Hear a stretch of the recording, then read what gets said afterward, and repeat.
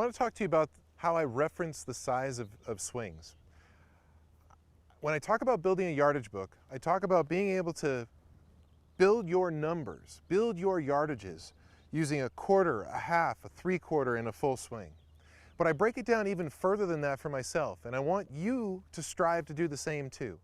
I break it down into tenths. I make a size 1, a size 2, a size 3 swing with each of the clubs.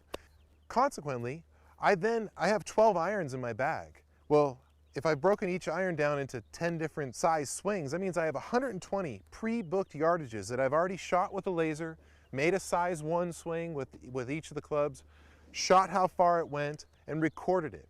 I can't tell you how useful this is. This is not just about learning your yardages, but it's about becoming a multi-dimensional golfer. It's about answering the questions that are posed to you when you're on a golf course. If you can only hit full shots, and listen, in the traditional swing, it's very hard to hit half shots.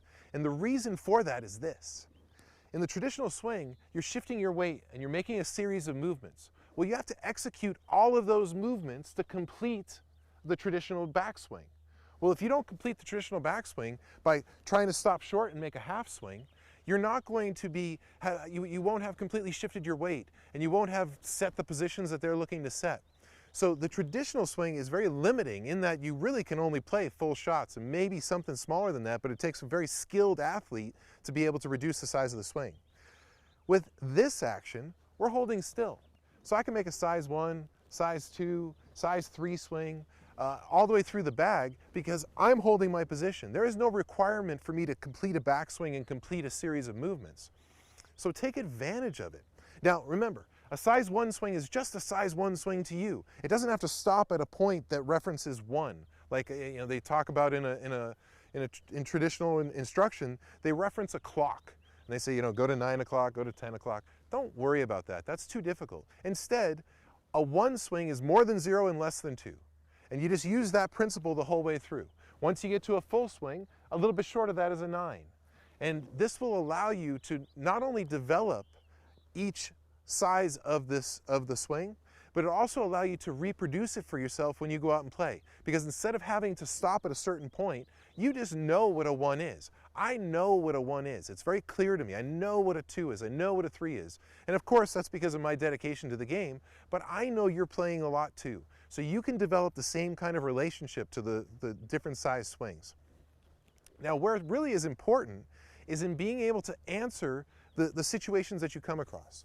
For example, I got 80 yards right now to this pin, and the 80-yard shot on my card, I have 6 different 80-yard shots that I can play, all the way from a 1 8-iron, where the ball is going to be basically like a bump and run 8-iron that is going to go 80 yards, all the way up to a 6 56. So that allows me now options to deal with the situation that I have. And what is the situation that I'm in right now? There's a little bit of wind, and it's the wind that concerns me. I want to keep the ball under the ceiling of the wind. And in order to do that, I determine exactly how hard the wind is blowing.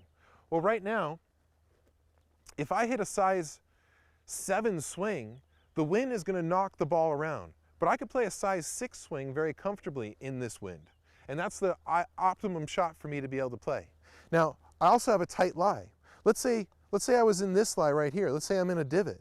Well, now that's a more difficult situation. So because of that, maybe I'll choose to play a 1 8-iron or a 2 9-iron and actually have the ball bump and run onto the green, because the 1 or the 2 8-iron is going to guarantee me my contact. So by developing your yardage book, you're also going to be preparing yourself for the different situations that you come across. Let me go ahead and hit a 656 here. Let's see how it works out.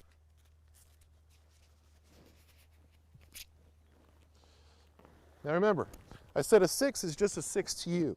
So once I've determined that I'm going to play a size 6 shot, I'm now just trying to have a sense for what my size 6 swing is. So I'm not worried about distance anymore. I already know I got the right distance. So that to me is my 6. I'm ready to play that shot. And then from there, I'm just going to pivot into my position.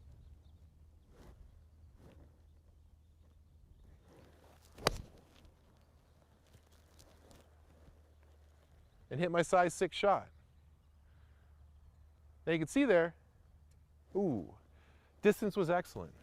And that's because I've already predetermined that I know my size 6, 56 goes 80 yards. Build your yardage book and you'll have the answers for different shots that you come across.